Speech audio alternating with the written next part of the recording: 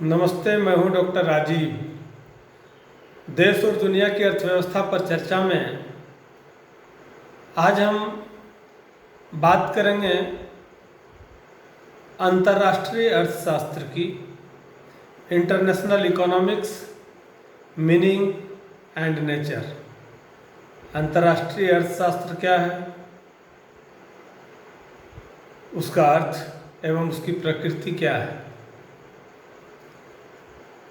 अंतर्राष्ट्रीय अर्थशास्त्र का संबंध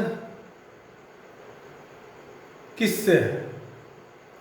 क्यों हम इसे अंतर्राष्ट्रीय अर्थशास्त्र कहते हैं? दुनिया के अंदर अंतर्राष्ट्रीय अर्थशास्त्र की क्या प्रासंगिकता है? क्यों इसके महत्व को नकारा नहीं जा सकता है?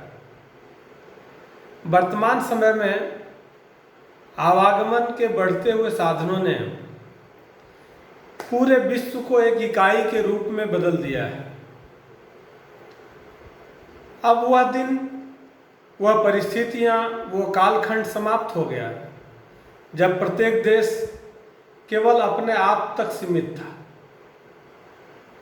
आज दुनिया के देशों में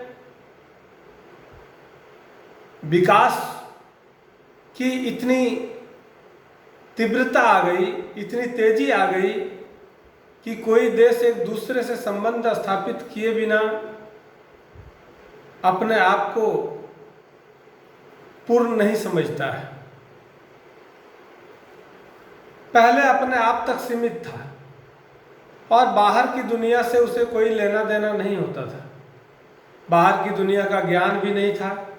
उस समय एक देश के नागरिक केवल उन्हीं वस्तुओं और सेवाओं का उपयोग करते थे जो उस देश के अंदर पैदा होती थी। अंतर्राष्ट्रीय क्षेत्र में विशिष्टीकरण नाम की कोई चीज़ नहीं था, स्पेसिफिकेशन नहीं था, स्पेशलाइजेशन नहीं था।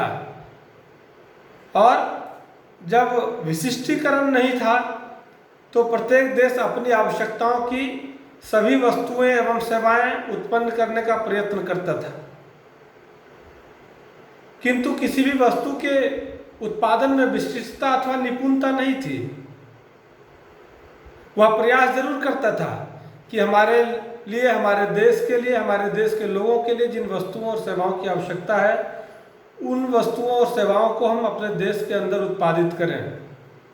लेकिन यह जरूरी नहीं कि वह सारी वस्तुएं और सेवाएं आप पूरी दक्षता के साथ, पूरी निपुणता के साथ कर सकें, क्योंकि कई बार आप देखते हैं हम और आप दो पहिए, चार पहिए वाहन का उपयोग करते हैं, लेकिन जब वाहन खराब हो जाता है या उसके किसी पार्ट में कोई ज़रूरत होती है, कोई दिक्कत होती है, तो हमको उसके टेक्नीशियन के पास जाना पड़ता है, हमको उसके शोरूम में जाना पड़ता है, हमको उसके एक्सपर्ट के पास जाना पड़ता है जो दक्ष है, जो निपुण है।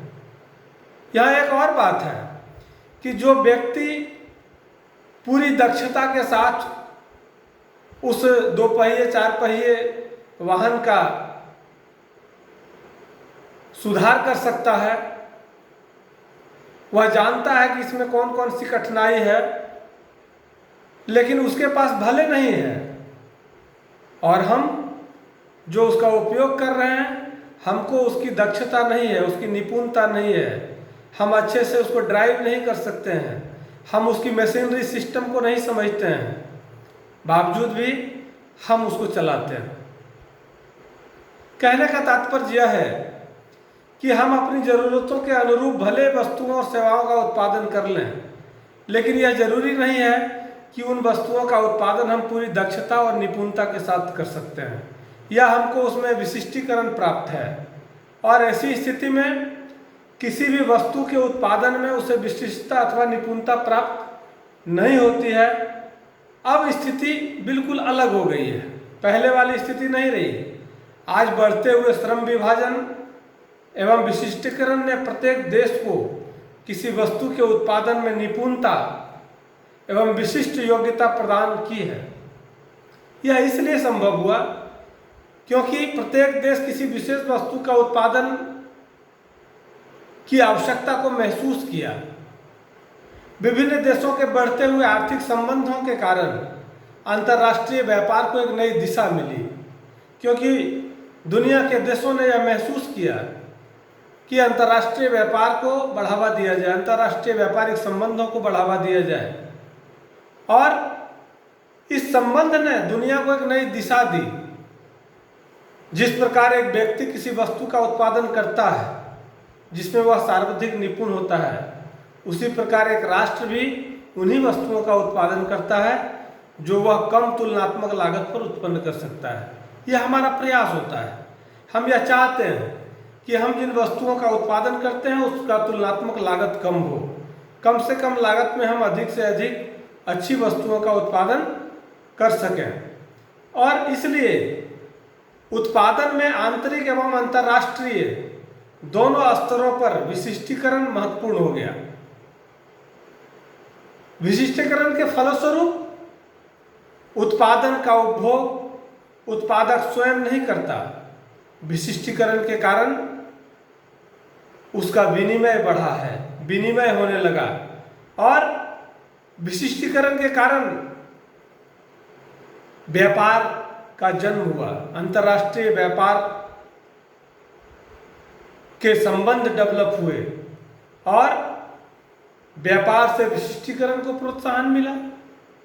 जब यही व्यापार देश के सीमाओं को लांघ जाता है, एक देश दूसरी सीमाओं दूसरे देशों की सीमाओं में जाकर के अपनी वस्तुओं को बेचता है, तो इसे अंतर्राष्ट्रीय व्यापार कहते हैं, या यहीं से अंतर्राष्ट्रीय व्यापार का जन्म होता है।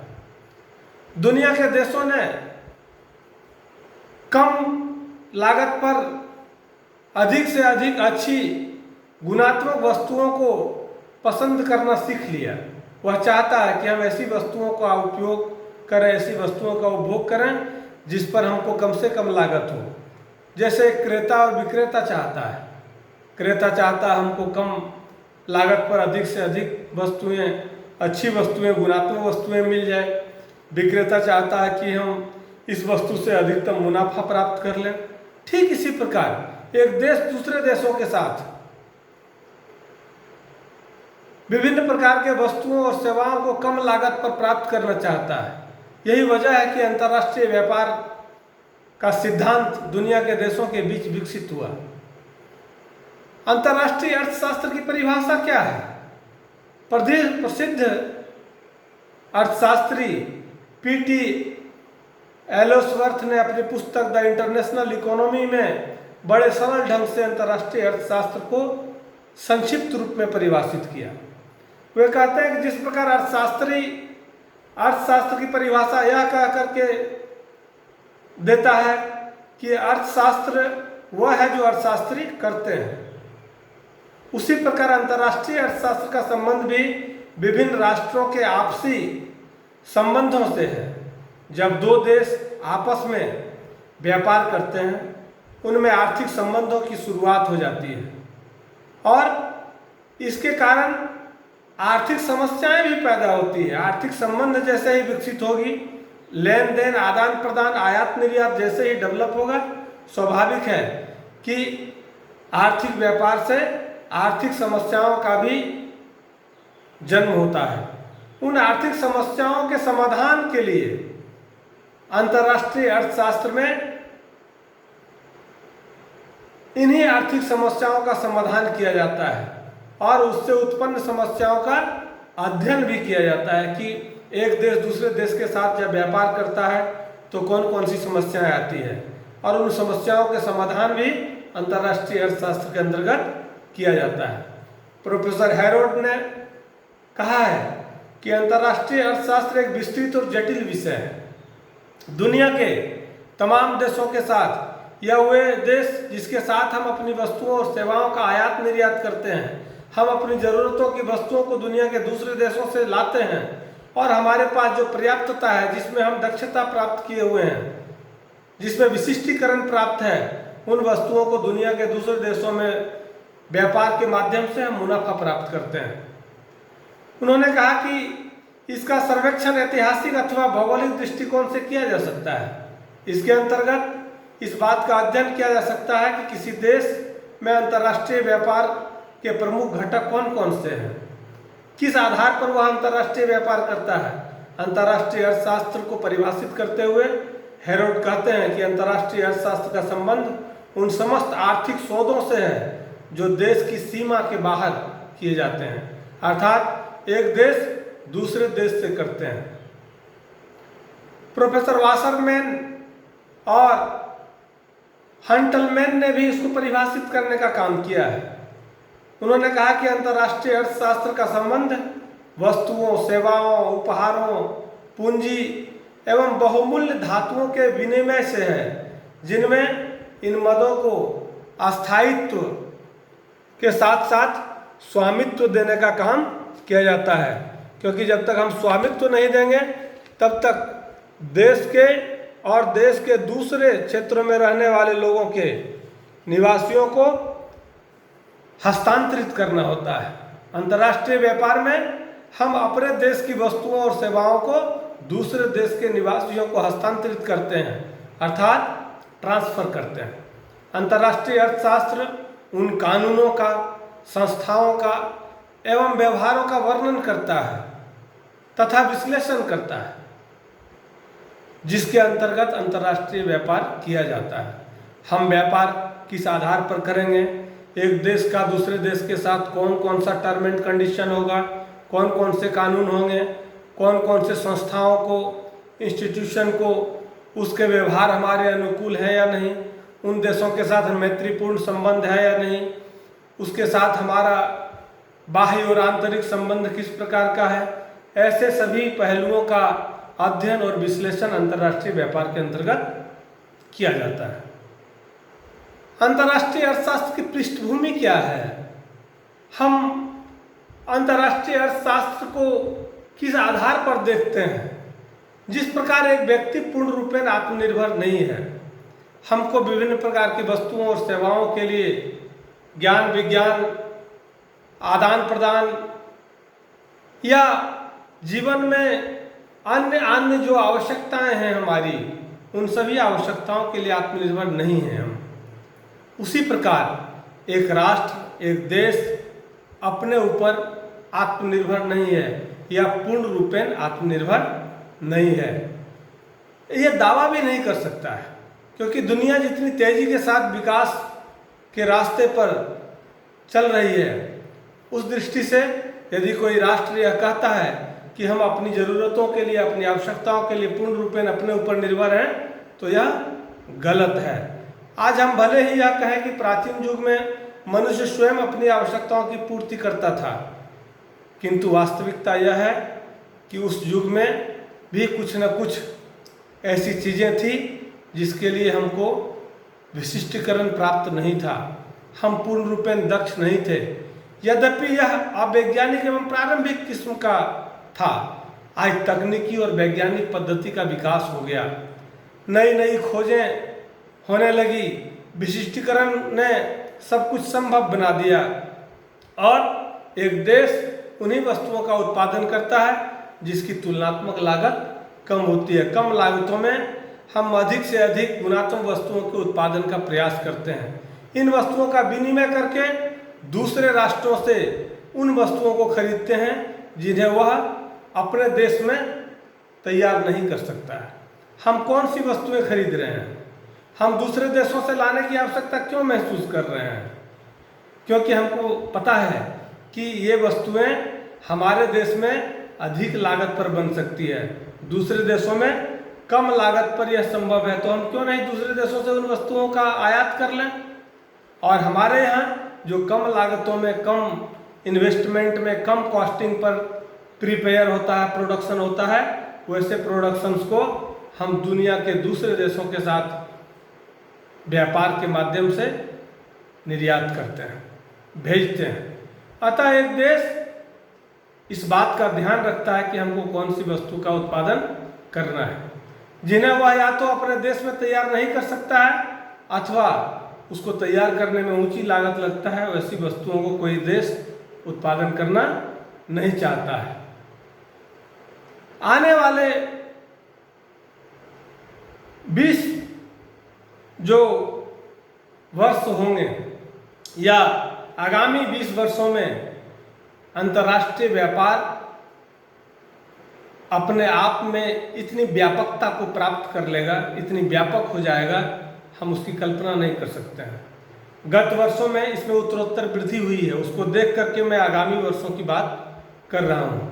और प्रत्येक देश की अर्थव्यवस्था में इसका महत्वपूर्ण स्थान है। अंतर्राष्ट्रीय व्यापार का इम्पोर्टेंट रोल है उसके इकोनॉमी में, उसके इकोनॉमिक सिस्टम में। इसलिए आप और हम आर्थिक दृष्टिकोण से, आर्थिक विकास के दृष्टिकोण से इस बात से इनकार नहीं कर सकते हैं, उसके महत्व को ठुकरा नहीं सकते हैं। वस्तुओं के आयात निर्यात के साथ साथ अंतर्राष्ट्रीय व्यापार का विस्तार हुआ। जैसे जैसे हम व्यापार के माध्यम से एक देश के साथ दूसरे देशों के साथ अपने को जोड़ते हैं या एक देश दूसरे देशों के साथ जोड़ता है, लेकिन न केवल वस्तुओं का व्यापार हुआ बल्कि अंतर्राष्ट्रीय संबंध भी डेवलप होते हैं और जिससे राष्ट्रों के आर्थिक विकास प्रभावित होते हैं। जब आपका संबंध किसी माध्यम से दूसरे देशों से होता है तो केवल व्यापार नहीं होता है बल्कि अंतर्राष्ट्रीय संबंध भी डेवलप होता है। वस्तुओं में मशीनरी, औजार, उपकरण, श्रम तथा पूंजी आयात निर्यात भी प्रारंभ हुआ। केवल वस्तु का नहीं, मशीनरी का, उपकरण का, औजार का, इन सारी चीज़ों का आयात निर्यात प्रारंभ हुआ, जिसने राष्ट्रों को आर्थिक विकास या निर्यात को बल प्रदान किया। धीरे धीरे निर्यात को बल मिलने लगा। वाणिज्यवादियों ने निर्यात बढ़ाने एवं आयात घटाने में सफल राष्ट्र को शक्तिशाली व्यापार के सिद्धांत के साथ जोड़ने का प्रयास किया, क्योंकि उन्हें पता था कि जब तक अंतर्राष्ट्रीय व्यापार डेवलप नहीं होगा तब तक दुनिया के देशों के साथ विकास के आयाम को प्राप्त करना मुश्किल होगा।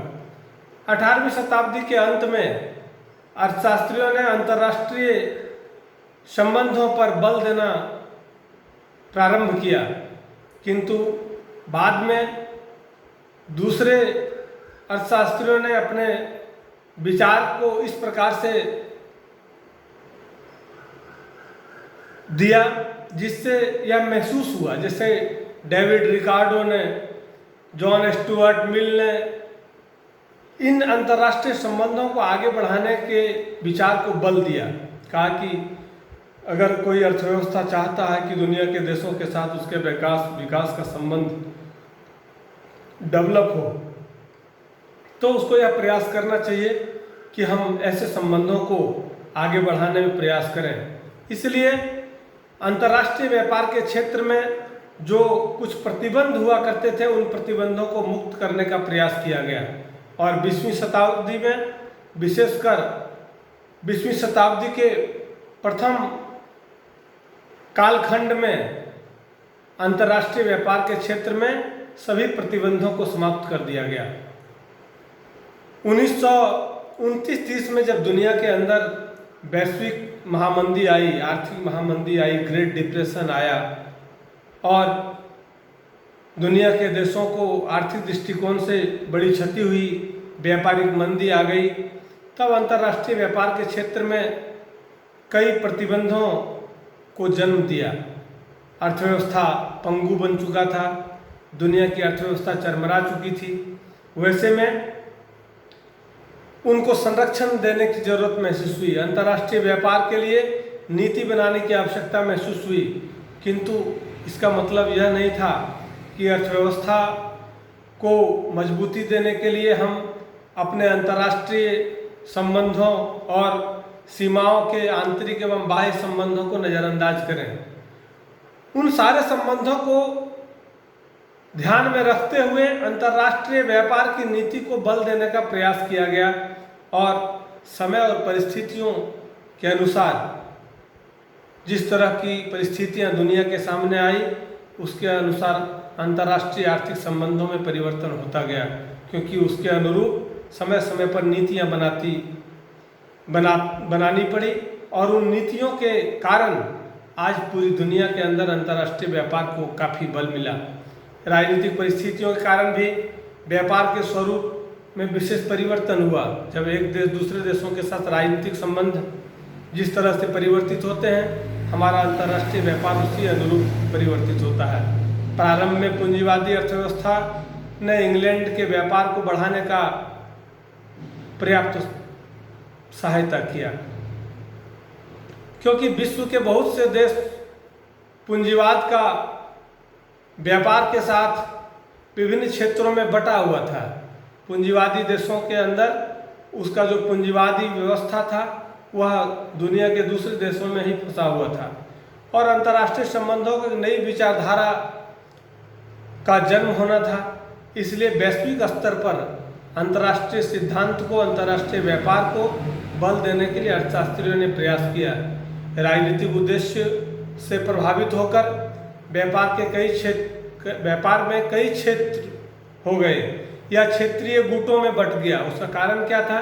क्योंकि राजनीतिक दृष्टिकोण से, राजनीतिक उद्देश्यों से, लोभ और लाभ की भावना से प्रेरित होकर के एक देश दूसरे देशों के साथ कटुता के संबंधों को बढ़ावा दिया, और उसके कारण कई क्षेत्रों में यह बंट गया, जिससे संबंधित देशों का व्यापार एक विशिष्ट क्षेत्र तक सिमट कर रह गया। बावजूद इसके दुनिया के बहुत सारे देश एक दूसरे देशों के साथ अच्छे और मैत्रीपूर्ण संबंधों को बढ़ावा देने के लिए हमेशा आपसी संबंधों को, भाईचारे को, साहचर्य को बनाए रखने का प्रयास करता रहा है। और उससे यह एक फायदा भी है कि आपको कई मायने में इसका लाभ दिखाई पड़ता है। इसलिए इस तरह के विषयों का, बिंदुओं का जब हम विश्लेषण करते हैं अंतर्राष्ट्रीय अर्थशास्त्र के अंदर, तब यह महसूस होता है कि दुनिया को विकास की पटरी पर लाने के लिए, दुनिया को तेजी से विकास करने के लिए अंतर्राष्ट्रीय अर्थशास्त्र के नीतियों का, सिद्धांतों का, उसके प्रकृति को समझने की ज़रूरत है। और जब तक हम अंतर्राष्ट्रीय अर्थशास्त्र को नहीं समझेंगे, अंतर्राष्ट्रीय व्यापार को नहीं समझ सकते हैं। अब अंतर्राष्ट्रीय व्यापार की समस्याएं क्या है, उस विषय पर हम अगले क्लास में चर्चा करेंगे। यदि हमारा विषय वस्तु, हमारा लेक्चर आपको पसंद आए तो प्लीज़ सब्सक्राइब करेंगे। नमस्कार।